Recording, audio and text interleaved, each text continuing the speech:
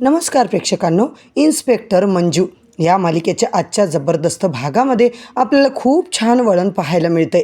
इकडे मंजू मात्र आता टेरेसवरती जाते, कुणाला तरी फोनवर बोलत असते आणि नेमका आर्यन मात्र इकडे खाली झाडांना पाणी घालत असताना त्याचं लक्ष मात्र पूर्ण मंजूकडे असतं।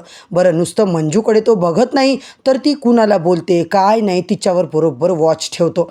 इकडे मात्र मम्मी साहेब जे आहेत ना, त्या मात्र आता सपनीला म्हणतात, ए सपने, मला तर ना आता काय सुचत नाही, कुठून स्थळ आणायचं गं या पोरीसाठी, कुठून शोधायचं काय देवाला ठाऊक बाबा, मला तर काही सुचत नाही आहे। इकडे मात्र त्या गुरुजीला फोन करून चांगलं आता इकडं फटकावून काढते। बरं, चांगलं त्यांना बोलते की लवकर स्थळ बघा म्हणून। इकडे आता मात्र ते बोलतात, माया मॅडम, अहो मी स्थळ बघतोय ना, कशाला गडबड करताय। ती सपना म्हणते, मम्मी साहेब तुम्हाला एक गोष्ट सांगू का, तुम्ही त्या गुरुजीला का सारखा फोन करता? अहो मला सांगा, जर पुन्हा एकदा स्थळ बघायची वेळ आली तर आपण काय करणार आहोत, तुम्हीच सांगा बरं। आता नका त्या गुरुजींच्या नादी लागू आणि नका त्यांना काही बोलू, त्यांना असं फोन केला ना तो जास्त शेफारतोय। इकडे मात्र प्रेक्षकांनो माया म्हणत असते, ठीक आहे ग बाई, नाही करत आता मग काय करायचं सांग, मला तर काही माझं डोकं चालत नाही आहे बघ।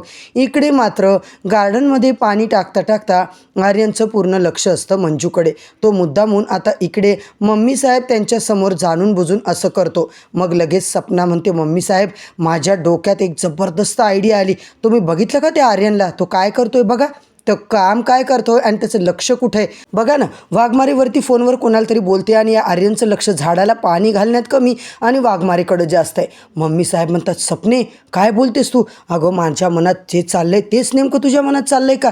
आता मात्र ती सपना म्हणते, हो मलाही तेच वाटते मम्मी साहेब, तुम्हालाही तेच वाटतंय की काय आर्यन? आता मात्र त्या दोघी एकमेकींकडे बघतात, म्हणतात की हे बघ सपने, आता कसं आहे तुला सांगू का, आपण वाघमारेचं लग्न लावून द्यायचं आणि काय टिकलं नाही टिकलं तिचं तिला, मला मंत्रीपद मात्र लवकर भेटेल, कारण आर्यनसोबत जर लग्न झालं तर मात्र माझं मंत्रीपद पक्कं। इकडे लगेच सपना म्हणते, हो तुमचा सगळा डाव, तुमचा सगळा रस्ता मोकळा होईल ना, मग तुम्ही आणखीनच त्या साहेबांच्या क्लोज जाल, त्यांच्या इकडे काम करायला तुला मिळेल। आता मात्र प्रेक्षकांनो इकडे माया म्हणते, ठीक आहे मग काय, आत्ताच्या आत्ता सत्या जो आहे ना, इकडे काका रूममध्ये येतो। आता मंजूच्या इकडे समोर म्हणतो, वाघमारे काय झालं तुम्हाला, काय टेन्शनमध्ये दिसताय तुम्ही? इकडे मंजू म्हणते, अरे सत्या मला ना आता घरामध्ये राहायची सुद्धा भीती वाटायला लागली, त्या माणसाने कुठे कुठे कॅमेरे लावले, मला कपडे चेंज करायची सुद्धा आता भीती वाटते सत्या, मला तर वाटते त्या माणसाने कुठं तर कॅमेरे अजून लावलेत की काय, माझा व्हिडिओ तर नाही काढतोय ना तो, आणि माझा व्हिडिओ काढून त्याने व्हायरल केला तर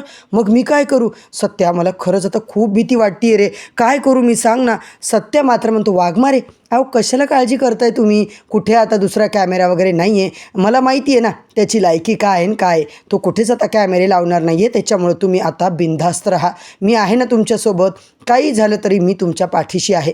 आता मंजूला थोडासा धीर येतो। इकडे सत्या मात्र बाहेर निघून जातो। आता मंजू कपडे वगैरे चेंज करत असते आणि बाहेर आल्याच्या नंतर सत्या मात्र तिकडे बोलतो, तो सगळ्यांना हॉलमध्ये आता एकत्र जमा करतो आणि तो आता सपनाचं प्लॅनिंग जे काही चालू आहे ते कसं मनवायचं, कसं काय करायचं ते मम्मी साहेबांसोबत आता पळत येतात।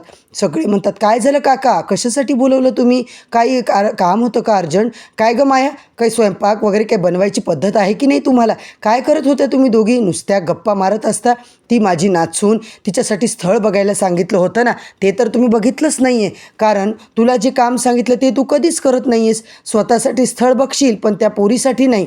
अरे आता मात्र प्रभ्या, तुझ्या बायकोला थोडं समजावून सांग, एक सुद्धा काम धडाचं करत नाही आहे, काय चाललंय तिच्याकडे थोडं बघत जा ना, कोणाच्या प्रेमात तर पडली नाही ना ही माया, बघ एखाद्या पोराच्याच प्रेमात पडायची नाही तर। लगेच चित्रकार म्हणतात, माया काय चाललंय गं बाई तुझं?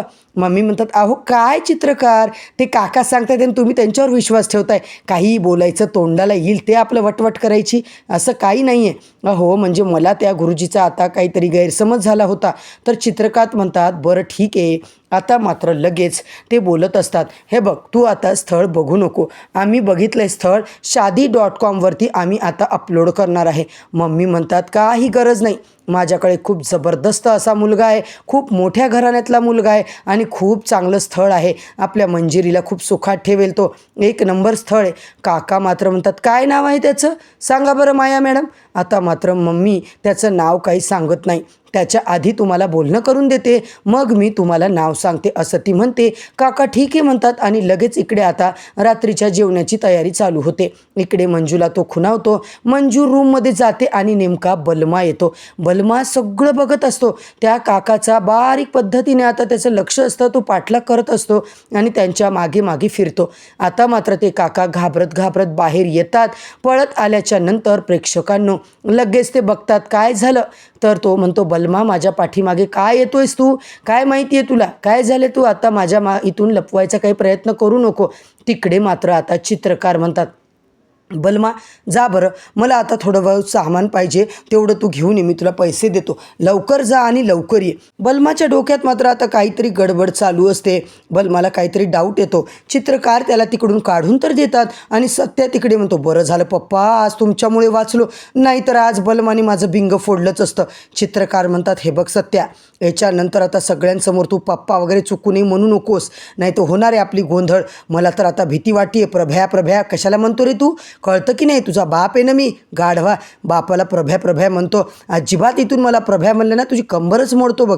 आता मात्र प्रेक्षकांनो सत्य आणि चित्रकारचा जबरदस्त सीन आपल्याला पाहायला मिळतोय.